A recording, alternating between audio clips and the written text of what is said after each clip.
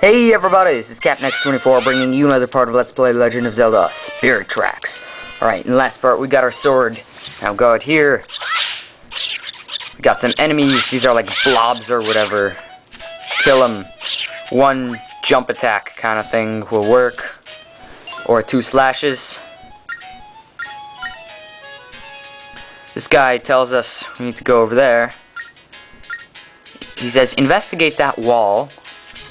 An interesting piece of advice, but a good one nonetheless. If you go over here, another worthless blob.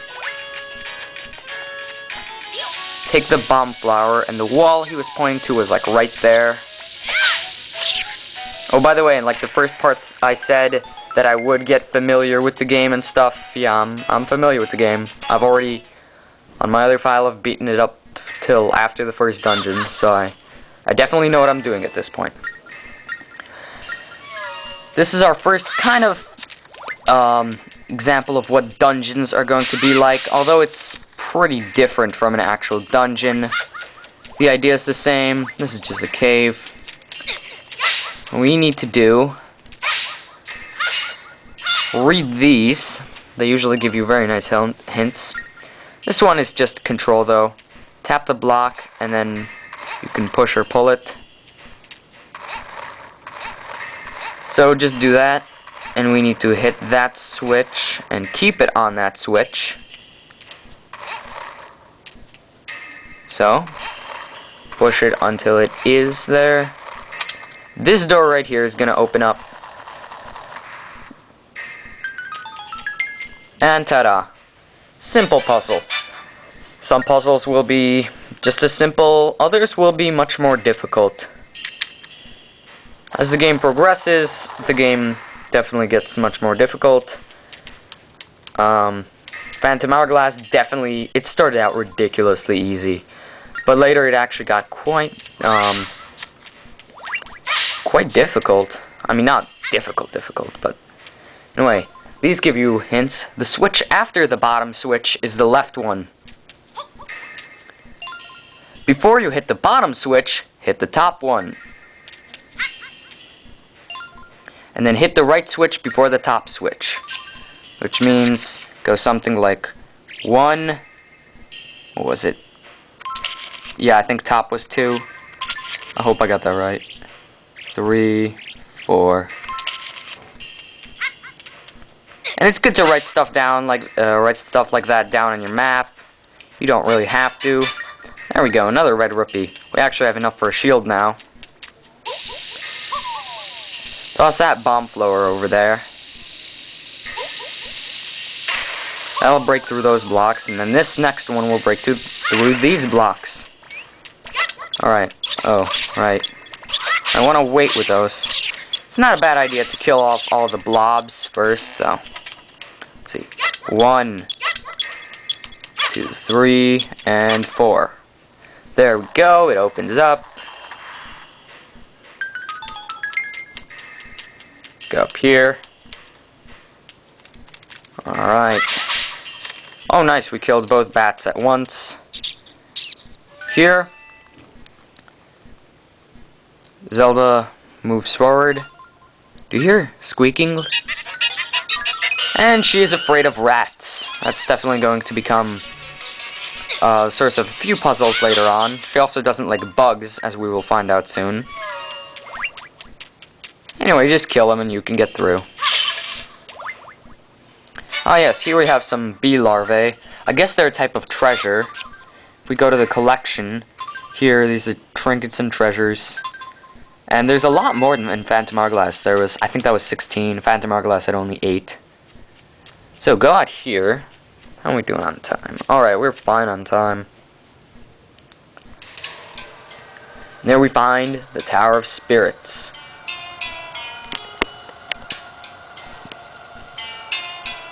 There you go, that's one of those scenes it's nice to be zoomed out for, so you can see both screens.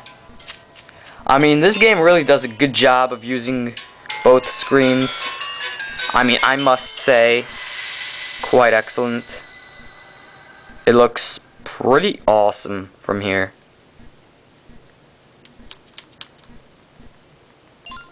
We find ourselves in here. What's this train? This, my dear, is the spirit's train.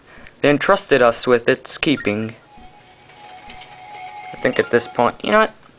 I'm gonna stay zoomed out just for a little bit because there's one scene I want you guys to see in a bit.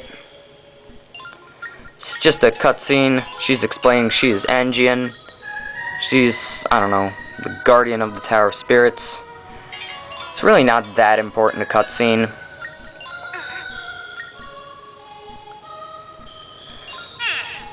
If you want, you can actually press start and then a skip button will appear. I guess we might as well go through the cutscene though.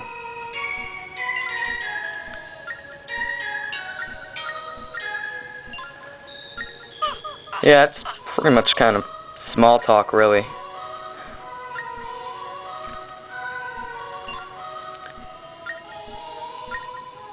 Tell me, how do you know the story of this tower? Or, only what the folktales say. Long ago, the spirits of good and the Demon King were embroiled in a never-ending war. In the end, the spirits could not defeat him, but they did manage to imprison him in this tower. It's not chains or bars that keep him imprisoned, but an energy that flows between the tower and the 4 temples that surround it. Ah, of course, Angie, and then the spirit tracks. Correct, my dear, the spirit tracks carry that energy. The tracks are lost, the tower's energy will fade, so will the Demon King's prison. And that's just what the evil ones are after. They aim to resurrect Malladus, the Demon King. Right now, my strength maintains his shackles, but it's only a matter of time until they're broken. Of course, in order to resurrect Malladus, they need one other key ingredient. You. A vessel from the royal line of ancient Hyrule, with sacred power coursing through its veins. Yes, Malladus requires you in order to return. But only your shell, my dear. It would be the only vessel suitable for him to inhabit.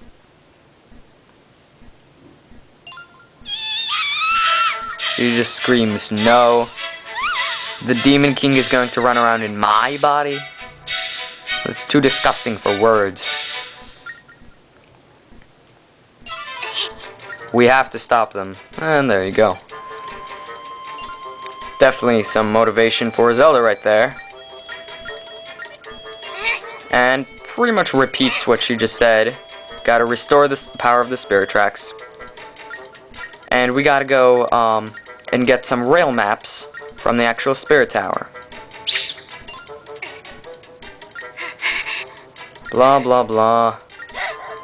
I'm tempted to just skip this cutscene. Zelda is extremely angry.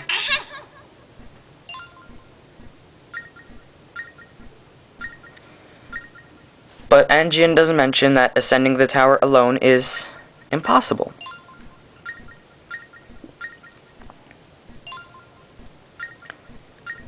Alright.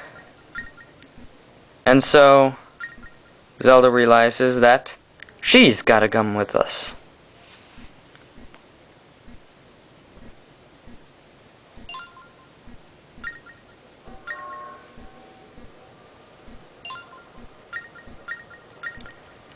And it goes on, you know. She's not sure exactly how she'll be helpful as a ghost, but you'll see exactly how whenever this cutscene ends. I was really hoping this cutscene wouldn't be that long, but I guess it is. Anyway, for the sake of what I wanted to show both screens for, you climb up here, where we're supposed to go. You find yourself here in the tower, and it just looks pretty awesome as you're climbing up. That's pretty much it, yeah. And we're gonna go in there in the next part. If you like this video, please rate, comment, subscribe, and I'll see you guys then.